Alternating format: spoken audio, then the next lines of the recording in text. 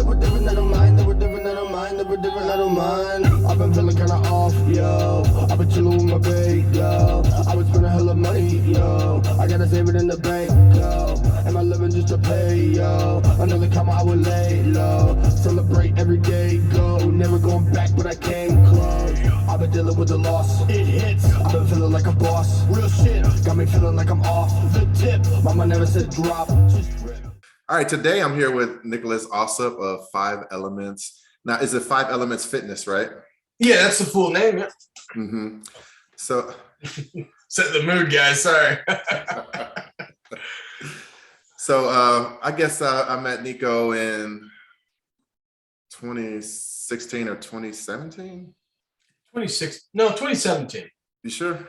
I'm pretty sure. I think that's when I had that seminar. Okay, yeah. So 2017. Yeah. And actually, Melina saw a video, or actually, we both saw a video of you.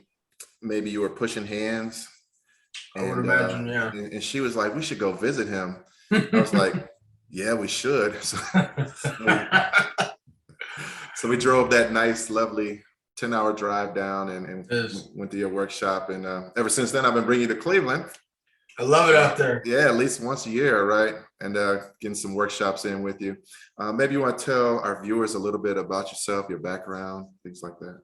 Sounds good. So, yeah, I am Sifu Niko.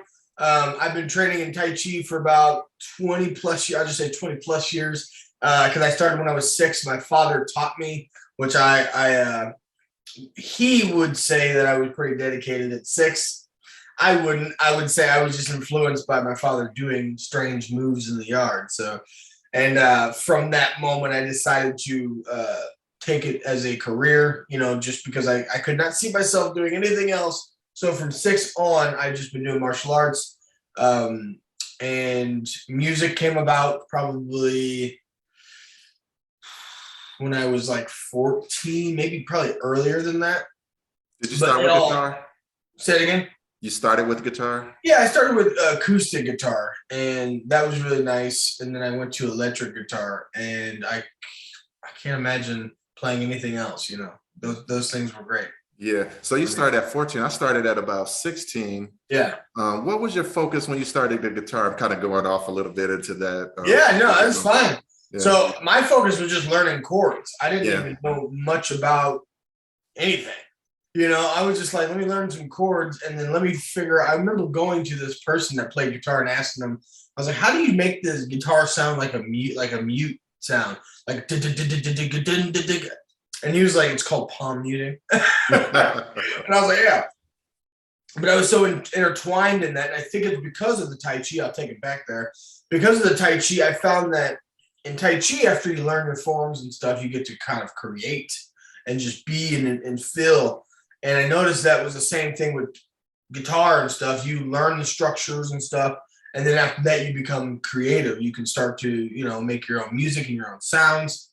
And so I kind of related those two harmoniously like that. And I think that's why I became so passionate with both of them, is just because I just found that they were so unique and similar. So, yeah, I think I started kind of opposite. I was more unstructured. I wasn't learning chords. I wanted to solo. And I was like learning these scales, but then also I would just slide my fingers up and down the strings, build up the calluses. And then later on, I started learning the chords, and then I wanted to learn songs and stuff like that. So right. Yeah. It's a different route up the mountain. All right. So Niko is a push hands champion. I'll say world champion now, right? Is that correct? Is that okay to say? Yes, sir. Okay. Okay. So you've correct yourself, man. What's that? Correct yourself, man. It is okay to say that. Yes, it is. Yeah, and you've traveled around the States and you push with a lot of different people. I just want to ask you, like, since you do a lot of competitions, what do you like about competition? What's good about competition? Well, I'll get into it. I think competition is super necessary for Tai Chi because you have the people that are the theorists, the philosophers. Then you have the people that are the action, they take action, the doers, right, if you will. I think it's important for that reason is to apply your Tai Chi that you talk about and that you work with in a setting that is stressful, which competition is slightly stressful. You have people watching you. If you're doing your forms, you have to undergo nerves. You have to undergo memory. So it's a pressure test of its own for form and stuff. But if you're doing push hands and things, I think it's good to learn your application and then figure out how do you apply it under pressure. Many outsiders will not understand what is going on inside of a push hands tournament. They just think it's two people trying to push each other off balance. Fair enough. But for what I get out of it is to test my ability to remain soft and connected and to see if that is disrupted. How do I go about? What do I do? There's been a rare few people that have disrupted that. And even in this last event, there was only one. And we'll get into that event in a minute, I'm sure. Mm-hmm. But I think the benefit of pushing hands or tournament in general is putting yourself in a situation that you don't have 100% control of. And then you get a chance to evaluate while you're doing it and after you're doing it. So, yeah.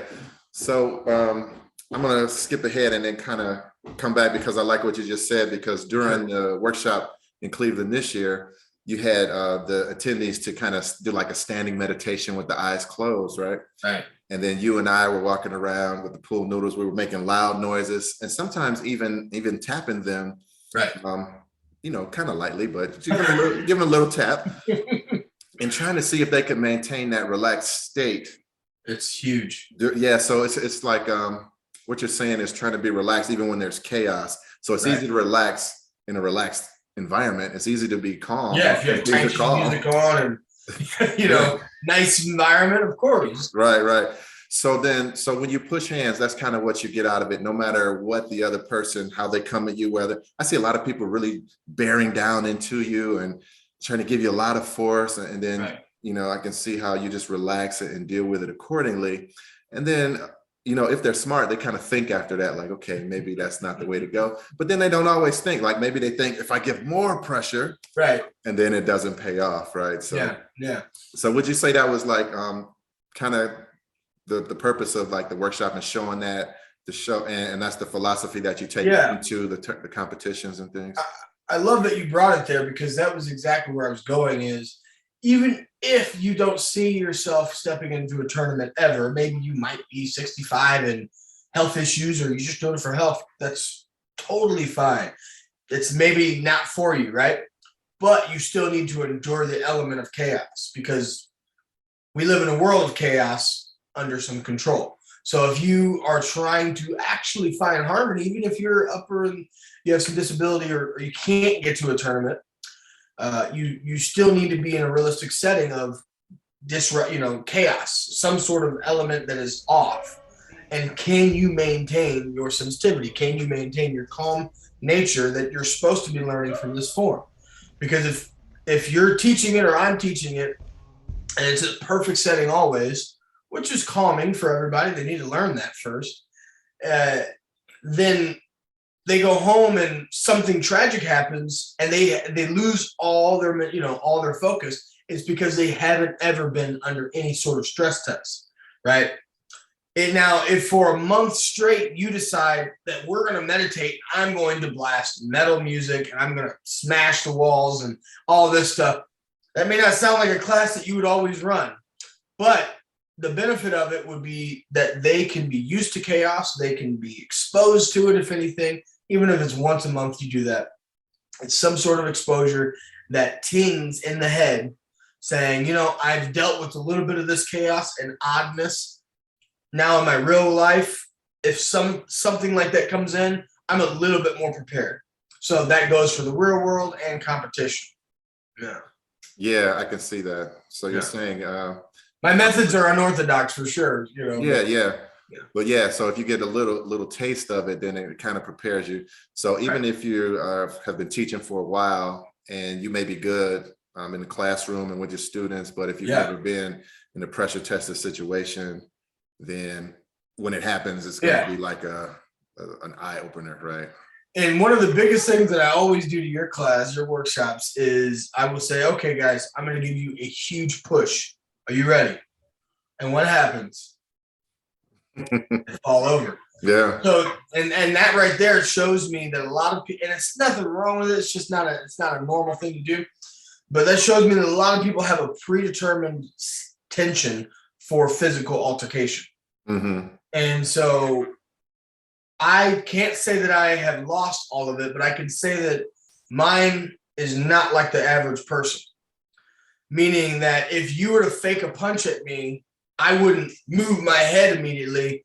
I would actually be able to stop. If I knew, if you're like, hey, I'm not going to punch you, whatever. But if you're pissed off at me, you're going to hit me. I'm not going to flinch. I'm going to accept, and react with control and relaxation, as opposed to flinch and worry how hard or how fast or where you're coming from. Mm-hmm. There's a layer of flinching, right, that people have that they never lose throughout their whole life. And I think that part of the practice of going to competition or doing what we do at your seminars and workshops, or our seminars and workshops, really helps drive that, thought process. Well, what the heck if somebody does try to be disruptive? Can I calm myself in this chaos? Right. Am I able to do that? So yeah. And I think too, with experience, the more you see punches coming at you and things like that, you can relax against it too. Like, right. And it kind of helps to with that flinch reflex. Right. I always tell people I'm going to turn your flinches and reflexes into counters and strikes. Nice. Yeah. Using that. Yeah. To the advantage of the person. Right. Yeah. Oh yeah. Mm-hmm. All right. So I did have another question too. So do you have questions written up, man? Why would you say that? What? This come from the heart, brother. This is. Wait a second. Where's my phone? Right. Got my notes. I love this. You're totally prepared. I am. All right. So we're talking about the good things in competition. Now, some people don't think that competition is good. Sure. And they have their reason. I'm just wondering, can you see any reason or any thought to why they would feel that way? Can you empathize at all with that way of thinking? Yeah, I mean, there are bad competitions out there. So if you have a bad experience, I would imagine you think negatively of it. And not even just that, you might think that it's not an actual pressure test. You might think that it's kind of a waste of time, or it dilutes the art. So you might have those thoughts too.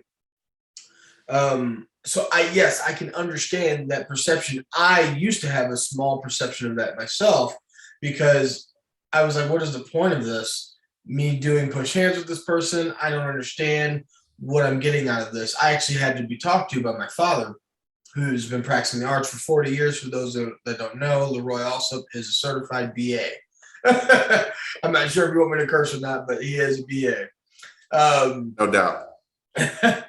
And he told me in my first competition, because I had those doubts, I was like, what's the point of this?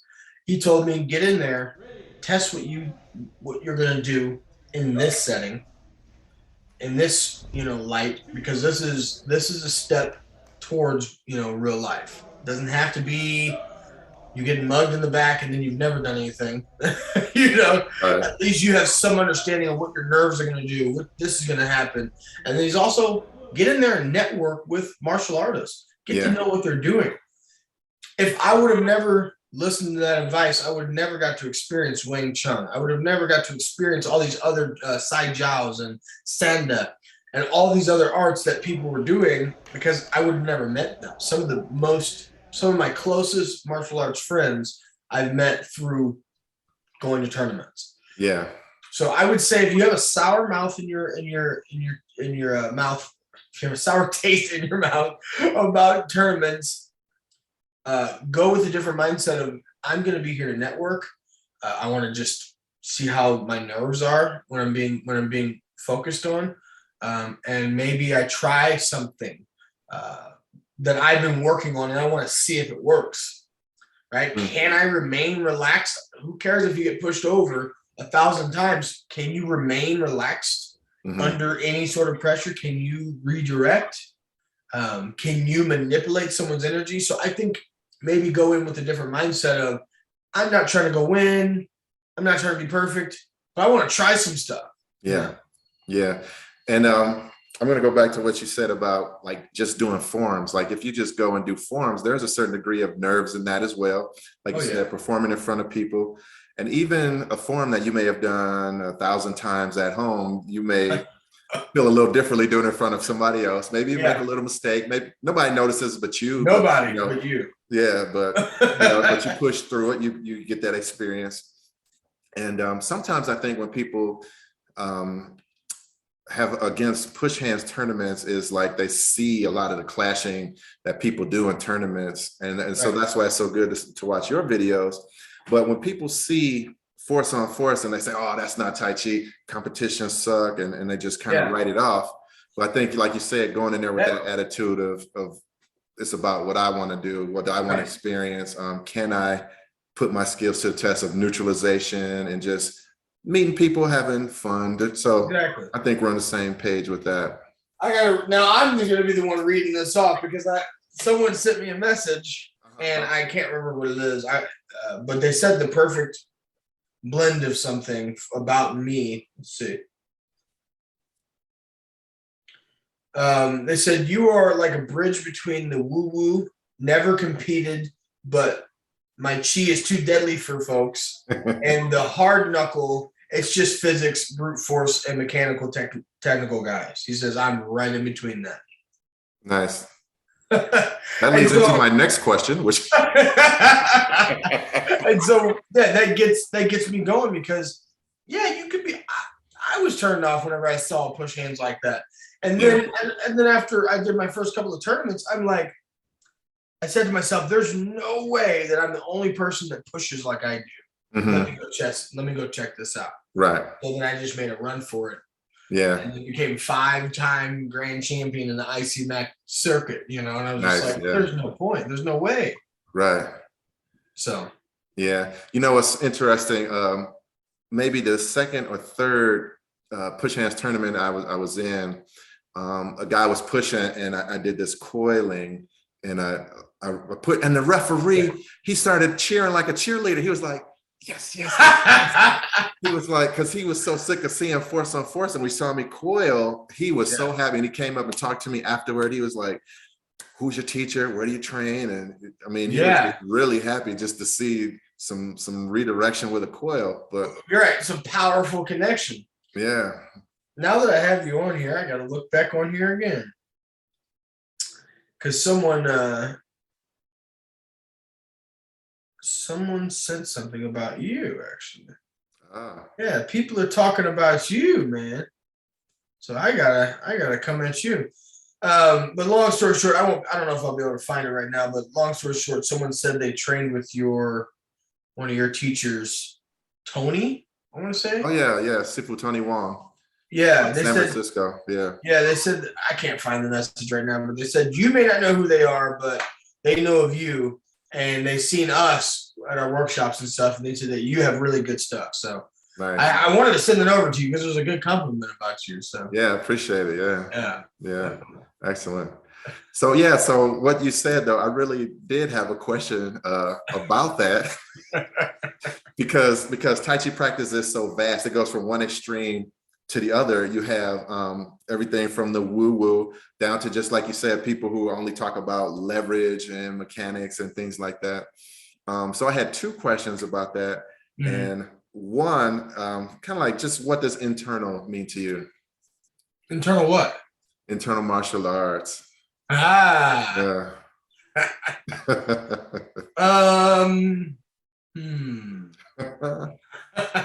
So I say practice your energies, get to know them, and what it means to me is understanding the feeling and sensitivity of something. Mm-hmm. So you can tell someone just to hold their arm out. I mean, just forward with no training at all. And then I like to understand and ask them, well, what's holding your arm up, and how are you holding it up? And typically it's just, muscle. I'm just using muscle. Well, okay, that makes sense. There's a little bit of muscle there. But what else? Are you actively extending away? Are you actively pushing up? Are you actively pushing down? What are you doing? Mm-hmm. Are you holding it in the space right here and existing there? Because to us, that's Tai Chi. It doesn't matter if they're just someone off in the streets or someone's been doing it for 30 years. We can know if you're holding it in space, you're in some sort of pung. If you're extending, you're opening to a press or push. You know, we're kind of able to put these energies on top of that. So what I think of internal is being able to give the physical movements a purpose and a reason and a feeling. So PRF, right? A purpose, Mm-hmm. reason, and feeling to everything. That would be what I think of internal. It's a great way to lead. It's a great way to understand each move. I think that I can shoot energy blasts out of my hands. When I practice alone, yeah. It won't affect anybody, but yeah, it's not like I watch Dragon Ball Z or anything. But yeah, I do believe that there's energy and there's chi flow in the body. I think that some people take it a little too extreme, and that's just a personal preference. And I think people don't take it seriously at all. And there has to be that line of physics and energy that intertwine. And I think that's what I do with it. Is I take that chi energy and apply it to physical movement, and then the physical aspect of the body mechanics, and I put it into one line, and it just makes sense to me. Yeah, and I think you had a good point too about like what are you doing? So your intention and just kind of listening. So a lot of times people don't have that awareness of that hold what they're doing when they're holding their arm out, or even when they're pushing, they're not focusing it. It's like going in a random or going off the space and not really feeling the center or things like that. So when you get that intention and you get that focus and purpose, that really helps, like in a whole body connectivity. And that is what I would actually consider to someone that knows nothing about chi. Mm-hmm. I would explain to them that the intention and awareness of what their hand and arm is doing is the first steps of understanding your chi. Yeah, good point. Yeah. Excellent. Okay, so where's your list at, Chris? Well, what I want to ask you, so with respect, I'm going to mention somebody's name. I'm just going to put out there. Okay. So Jan Lucanis, he was he was the 3-time world champion. World Cup. Yeah. I've watched some of his videos, and I think that on that list between woo-woo and leverage, I think he's more kind of towards that leverage. Yeah, he's more on the physical side. Yeah, and there's, again, totally nothing wrong with that. You know, what works is what's good. And I was just wondering how he felt to you, and you said a pretty hard time. So, and you also said that it wasn't pretty. Yeah, so maybe you can talk a little bit about that. Yeah. Good. Yeah. Yeah. So Jan was he has a disrupting force, meaning he is a calculated and a timed individual. So for me, I allowed that to I allowed him to come in and push me a little bit, because I was completely thrown off by his ability to time.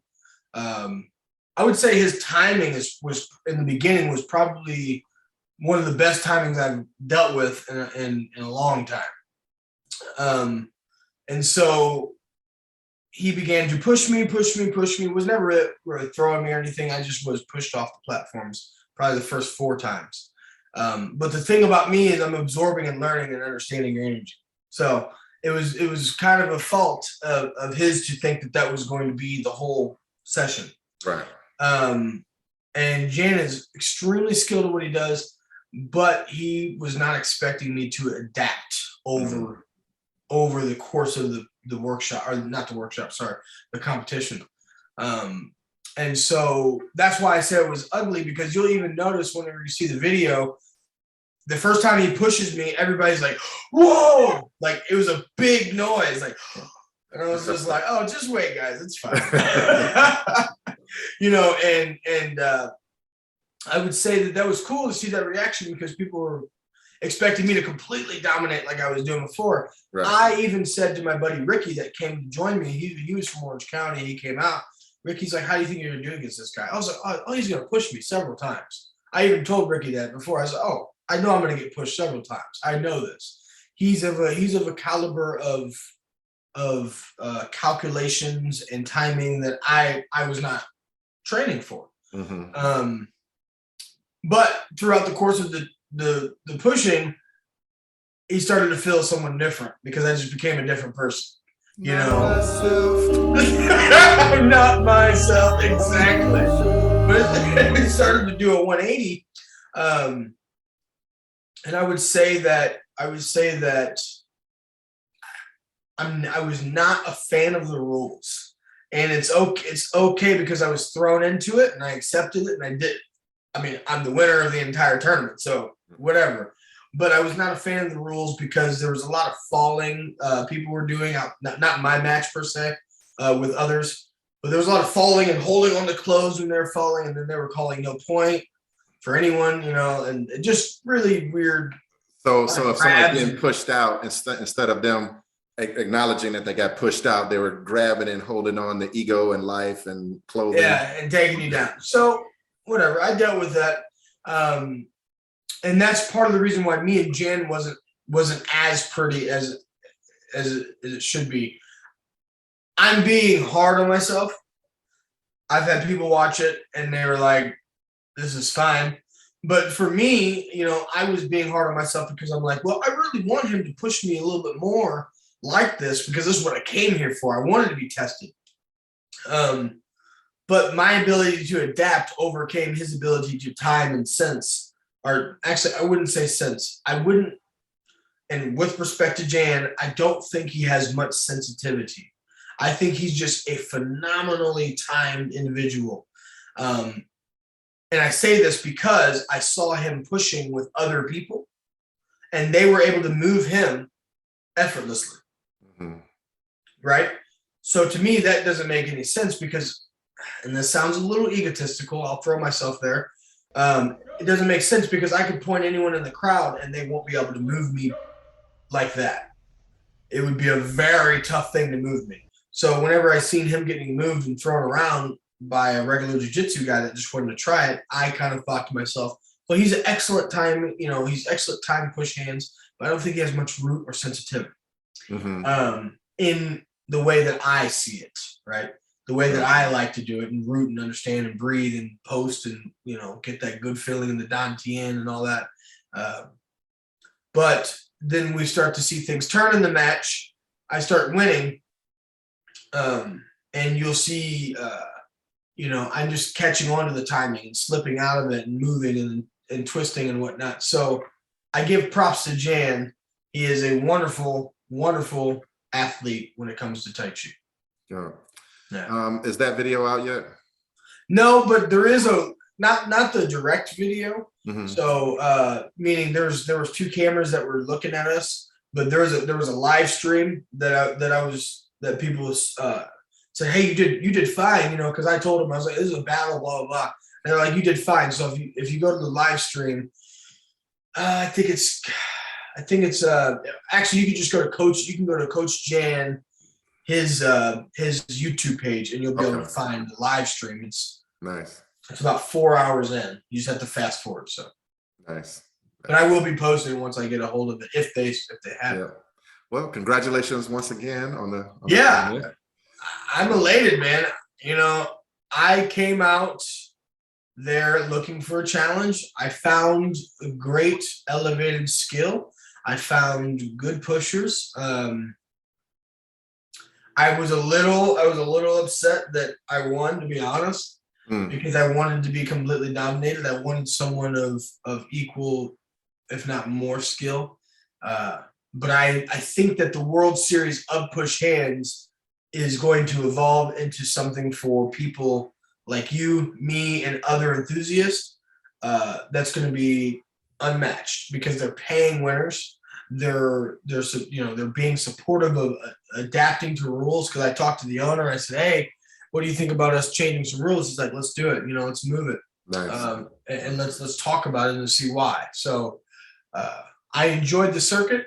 I think it's one of the next big push hand circuit, and they're doing jiu-jitsu in between the push hands. So the jiu-jitsu guys are talking to us. We're talking to the jiu-jitsu guys. And did you push with a jiu-jitsu guy?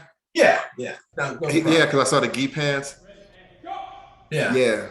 So I gotta tell you, I really enjoyed watching that. I mean, Yeah, because he was obviously out of his element, but he was willing to try. He was making jokes. He was being fun, right? But I could see that he was trying to listen. He wasn't crashing in. He wasn't trying to dominate. exactly. Yeah, he was trying to see what was going on and figure it out. So I really I'm enjoyed so watching glad it. you said that. I'm so glad you saw that Oh yeah, because no harm, no foul to the competitors, but they were trying to win. yeah. You're in a tournament. I get it. Hmm. But once you face, just like perfect example, whenever I face Jan, he's got more superiority than in the timing department than I did. He has more sensitivity when it comes to changing the direction than I did it, on a spark. So I just sat back and listened and got pushed. And I think if people would take that advice and start doing that, don't worry about the medal at the end of the tournament or whatever. Seriously, get pushed and listen, and then change everything that you were doing, because now this person that's been pushing you for 5-6 times is going to feel a whole different person, and they have to change their game up. So what do you think that means for you? That means at least you might get 5 or 6 pushes. Yeah, when you were talking about it, yeah, when you're talking about adapting, right. I'm thinking, what if he would have been adapting as well? Then you guys would have been like kind of. Yeah, I would say if Jan actually practiced the ability to adapt in Tai Chi, he would have bested me easily. Oh, he's coming for you next year, buddy. He's adapting right now. Good. Yeah, I hope so. But I will give this. He had really good things to say about me afterwards. So I think that he had a lot of respect after that. So good. Yeah, and then there's another camaraderie that's born through competition. Exactly. Yeah. And that again, for any naysayers of competition, is another thing. Jan is well known in the push-hand circuit, period, just throughout the nation, if not the world. And so now we've made a connection that is going to, last forever, and something that we could do something with or not, but it's there. Yeah, I'm sure you guys will. That's how I met Bradford. That's how I met Matt. That's how I met Elena and Jim Babka. And right. All these great people. Through competition. Yeah. Yeah. Who else has challenged you skill-wise besides? I know the answer, but just for our listeners. The other challenger that I've had trouble with was Vladimir Sidorov. And of course, Chris has got to put this crap out there, man. I've been trying to sleep through this, man. So I have this podcast with Vlad, and he was asking, "Hey, man, what are some good tournaments in the U.S.?" I said, "Man, we don't have none, man. Don't worry about it." Don't worry about it, man. I need to keep my title, you know what I'm saying? I got some in Canada. You can go check. Yeah, go out there, man. But yes, he's an upper echelon player. Most people, by looking at him playing, probably wouldn't think that, because the way, and I only say that with the utmost respect, because the way that he plays is way different. He's on a way different level. His stance is super long. Yeah. He's doing minor micro manipulations, and it's really tough to even tell. So, yeah, I've watched his videos, and it does look strange to me. And but obviously, there's something there. There is. Yeah. I wouldn't lie to you, man. Trust me, I'm very straightforward, and I think that's why I'm where I'm at, because I was very straightforward with my skill and my ability. I just knew what this was for. And I know that Tai Chi is a gateway. That's why I personally do jiu-jitsu and kickboxing, because I know that Tai Chi just completely harmonizes both of those for me. Right.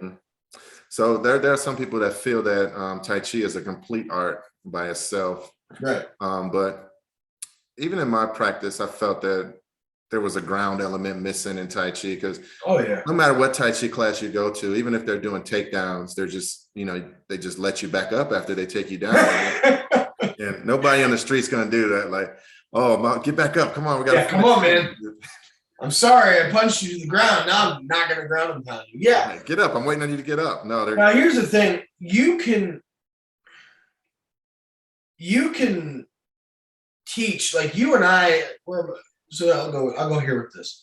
You and I can teach jujitsu, even if you've been taking a class for a month, but here's how you do it. You do it from the idea of getting away, not training for competition. Getting away and maiming or just rotating, because in the first few months of jiu-jitsu, you're learning the technical stand-up. You're learning how to get out of a clinch and into a clinch. You're learning a single leg takedown. You're learning basic stuff that if you're doing in competition is going to be much harder because the other person is completely imposing.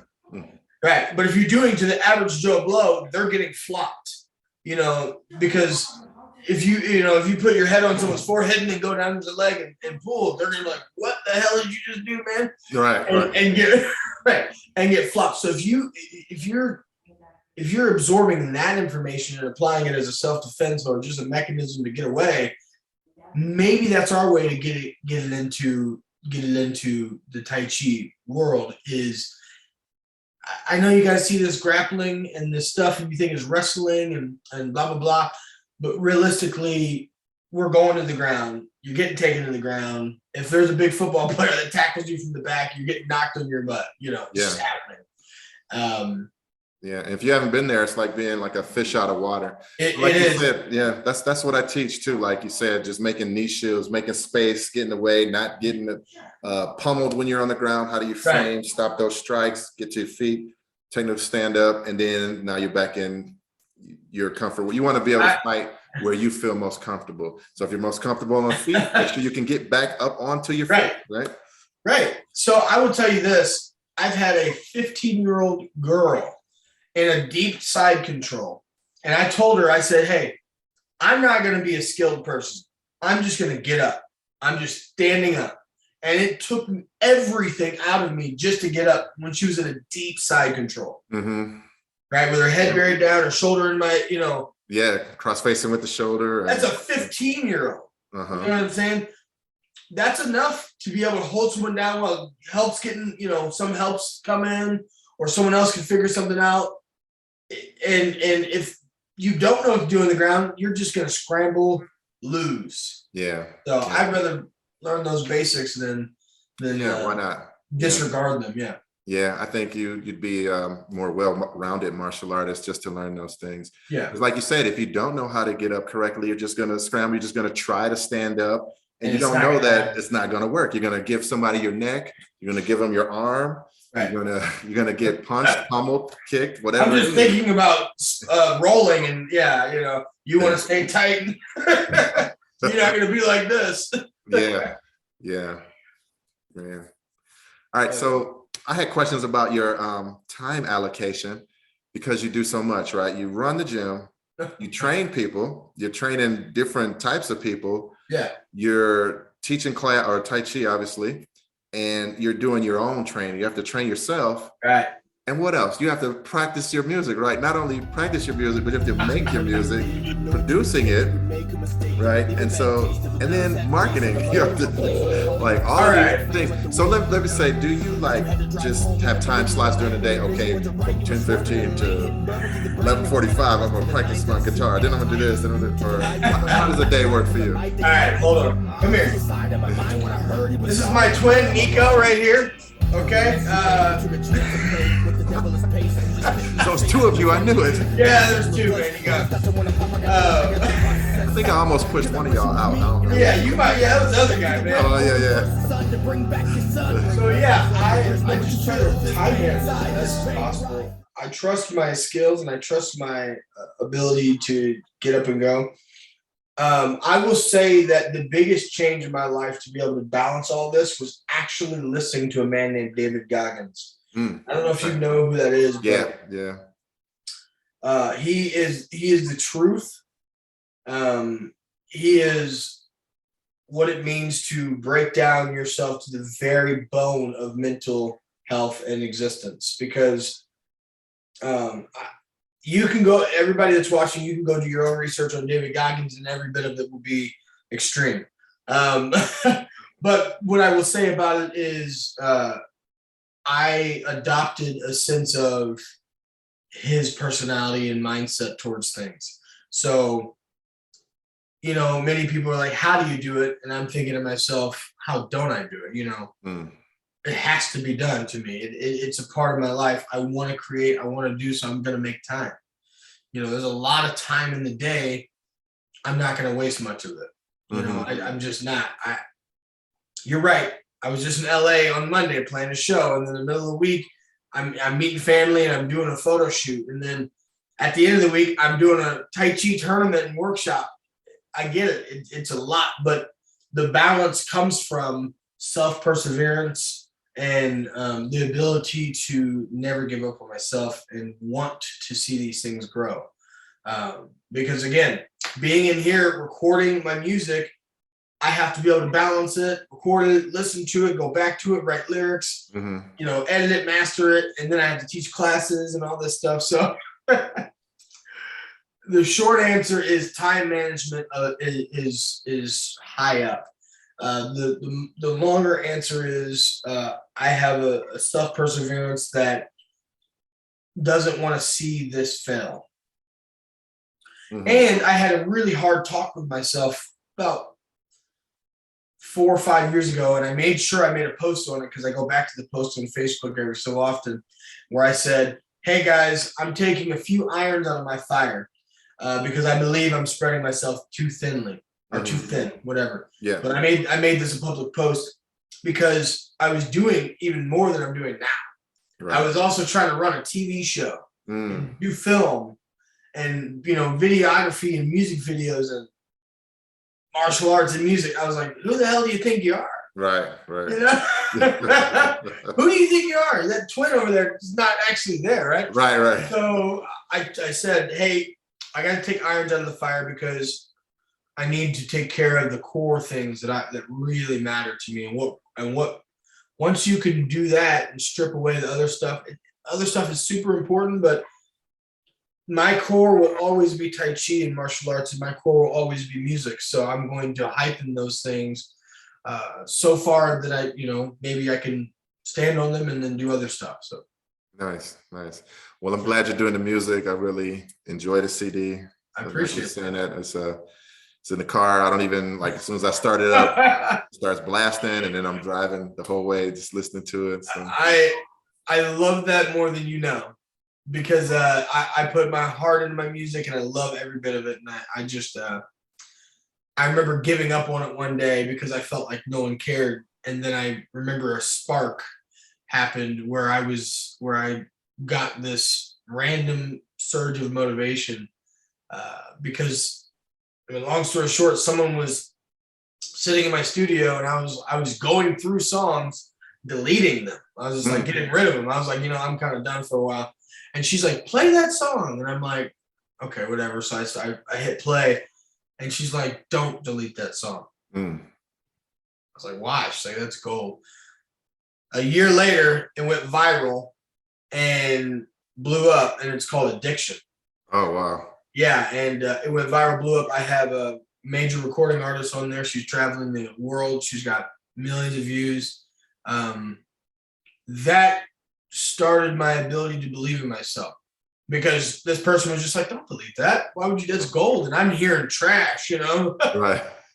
This is stupid, So how many viral ones did you delete? You never know, right? Why do you rip the Band-Aid off? You're pouring salt in the wound with Vlad.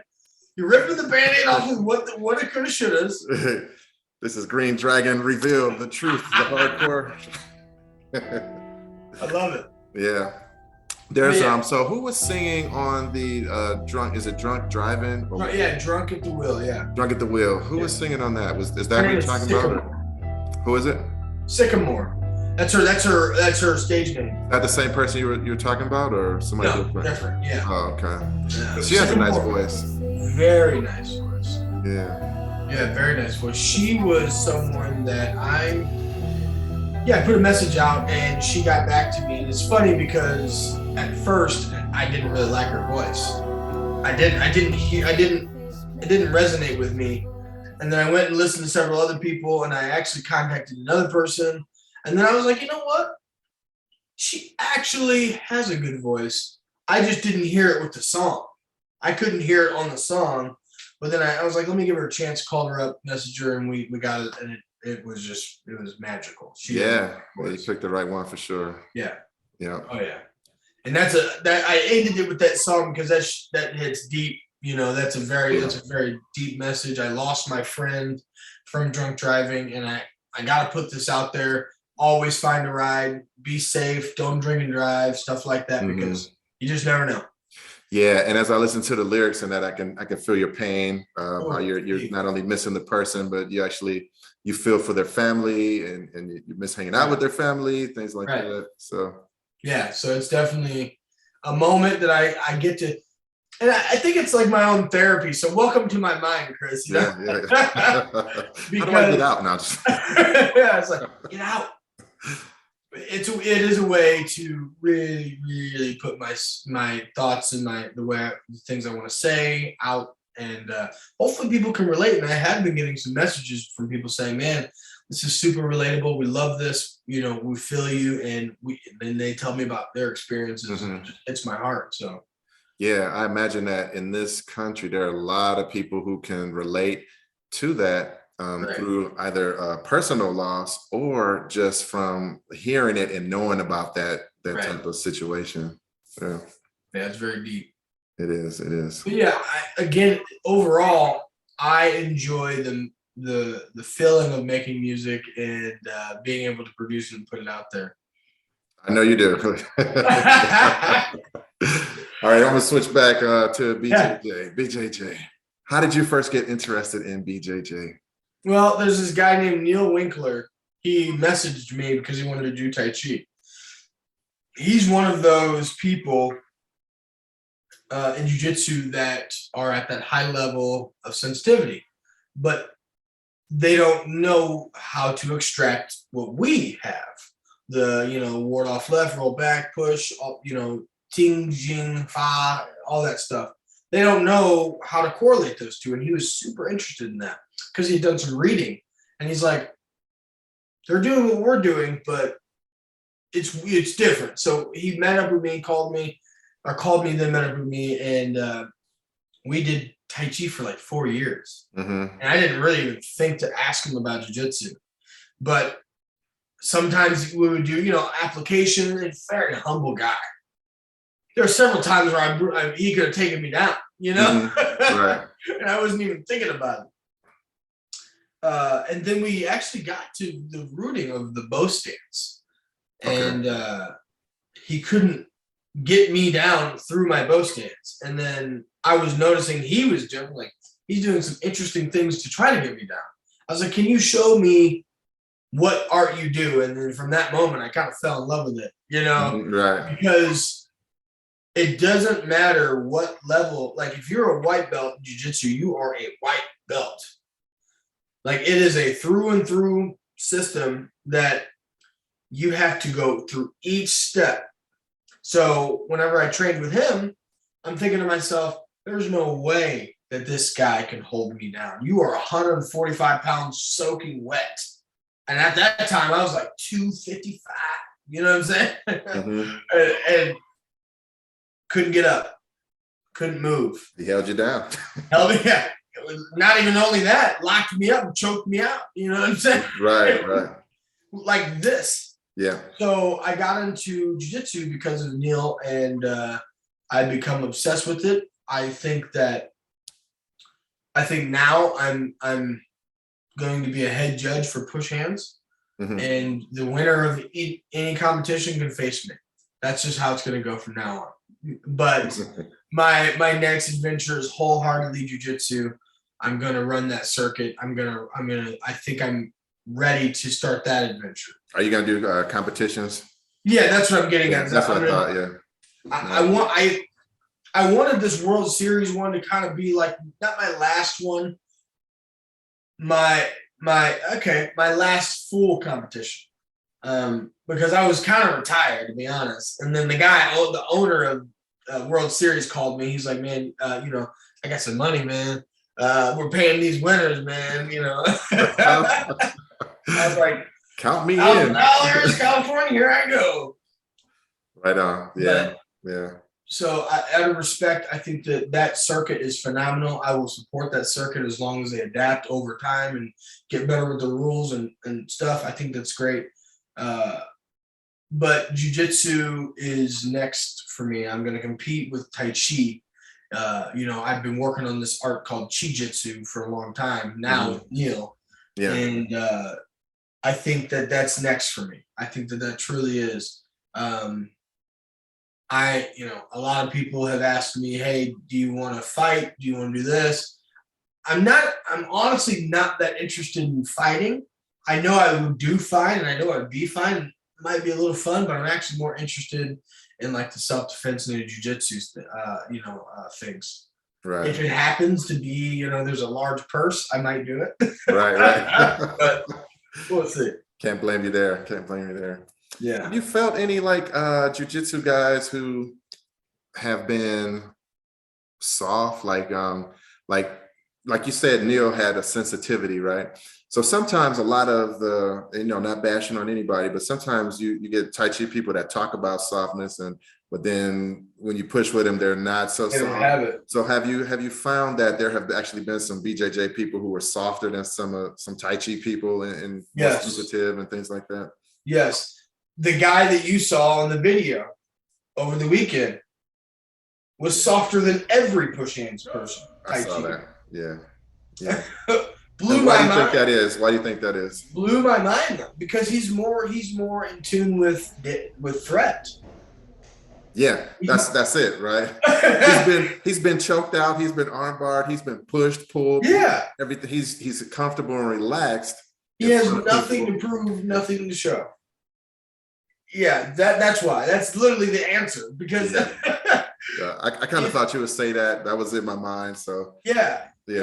You have someone that is battle tested, and I'm this push hands guy that's doing phenomenal and well. Why would you rush into anything? Right. He knows what it's like to go against a black belt in jiu-jitsu. He's a black belt himself. Right. They actually referred to me as the Rickson Gracie of push hands. I can see that. Yeah. Yeah. Because I cannot speak too much on Rickson because I don't know much about him, but apparently he would let people roll with him and he'd learn them, and sometimes he'd let something slip a little bit just to see what they do, blah, blah, blah. This is what I'm hearing. And that's kind of what I do. I'll let that happen and then form into something and then change. Yeah. So I need to do more research on Rickson Gracie because I don't really know much about him or his. I know a little bit about his lineage as far as the Gracies, but I don't know much about him. So yeah, he was undefeated in over like 400 matches. He did a lot of matches in Japan. They had the Vale Tudo where it was like no holds barred, like UFC. Except for he wasn't doing the UFC. They had Boyce to do the UFC. Rickson was doing the other battles, and they weren't in a cage. They were in like roped rings. But he was he would let people like pretty much give him a choke and get out of it and stuff like that. And even when he was like rolling and people would think they were getting an advantage on him, and then he would like tap them out. Later on, they would find out he was just trying to work on one specific thing. I was working on my hip escape, or something like that. So then maybe I am somewhat relatable to that because I have now used competition more as a ability to learn. Yeah. Fru, do you remember Fru? Yes, I do. Yeah. Yeah, he was like, "Go beat Dick Nick and go win that money. Don't be." and I was, you could already hear him saying that, right? I can see him, right? Yeah, go do it. Yeah, go do it. For those of you that don't know Fru, he's like a ball of muscle. Right. No neck. You see how my neck disappears? And just all muscle. That's Fru. But what's funny is he's got sensitivity and he's relaxed. Yeah. I will put this out there on the net just because you need some clout here, right? Fru is one of the people that can beat me. Dead serious. Yeah. Yeah. If I'm not on my 100% game, Fru can make me not able to push him, not able to move him. Well, he's been hanging out with you and Leroy. That's what I'm saying. Sifu Leroy. Well, that and all that weight is used with sensitivity, not just pure. Right. So he can focus it. And, yeah. So when he's on his P's and Q's, man, I gotta be on my P's and Q's. Yeah, he's one of the best people to push with because he's just almost immovable at some points. You going root to root with him is not working for you. Right. You know? Yeah. You gotta pull or twist or bite. You know. I can see that. Yeah. My time is running short here. I got to for Zoom. I do have 30 more questions. I'm going to get to one. Any advice for Tai Chi practitioners or even just martial artists in general? Yeah, I think the best advice that I could give is find a great teacher with some, not even renown, but some experience in what they do, some knowledge, because there's nothing worse than getting turned off by a bad teacher.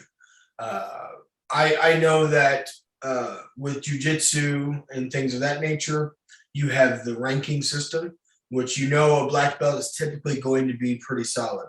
Right. But when it comes to Tai Chi, you have to define what you're looking for. If you're looking for Tai Chi as as a health benefit, I say do your research and understand what that is for you. If you're using Tai Chi as a martial art and you want to fight with it or you want to defend yourself with it, you need to go all the way to the top. You have to go to the best of the best. You have to go to people with names and renown and experience, or else you will find yourself getting seriously hurt. And I say that with all respect to teachers, because if I walk into your class and you say I want to fight or I want to defend myself, and you yourself don't spar, don't grapple, don't cross train, you're not going to be able to properly teach me to defend myself. You'll be able to show me some great techniques, I'm sure, but as far as pressure test and battling it out, make sure you find someone that does those things and has the ability to do that. But I guess the easiest advice is just love when you get into it, love the art, get obsessed with the art, learn about every aspect of it, all the way from the breathing to the mindset to the postures, everything. Just, learn what it takes to be involved in all aspects of the art. Awesome. Yeah, that's a great answer. Yeah. I had fun talking to you. Obviously, I could talk to you for another hour. But yeah, I believe so. We could. Yeah. So what I'm going to do is probably I'll insert some of your clips into our interview as we're talking, just to show some people some of the softness that we're talking about and the connectivity. And I'm just going to edit it down, put it out. And awesome. Yeah. Thanks for joining me today. Do you want any music or anything? No, just yeah. Give me some music. I can put some music up in the credits. We can have like a. I can actually. I'll send you this song. I'm just putting it on the side so I remember. But you can use the music anytime. That was really cool seeing you do that with your fight video or your fight training. Yeah. I was moving throughout the whole CD. Right. I didn't want to tire myself out, so I was trying to pace myself. Yeah. Appreciate it, Chris. Thank you very much. You're welcome. I look forward to talking to you next time. All right. Enjoy the rest of your day. Peace. Couldn't even really drive. I'm sick. Now I'm sober and alive. Magic. Got a couple of friends I live. Now I gotta visit graves. Amen. Searching for a better place. Sipping on the juice. Supper on my plate. I was on the loose. I was in a place I would always lose every single day. I was never cool.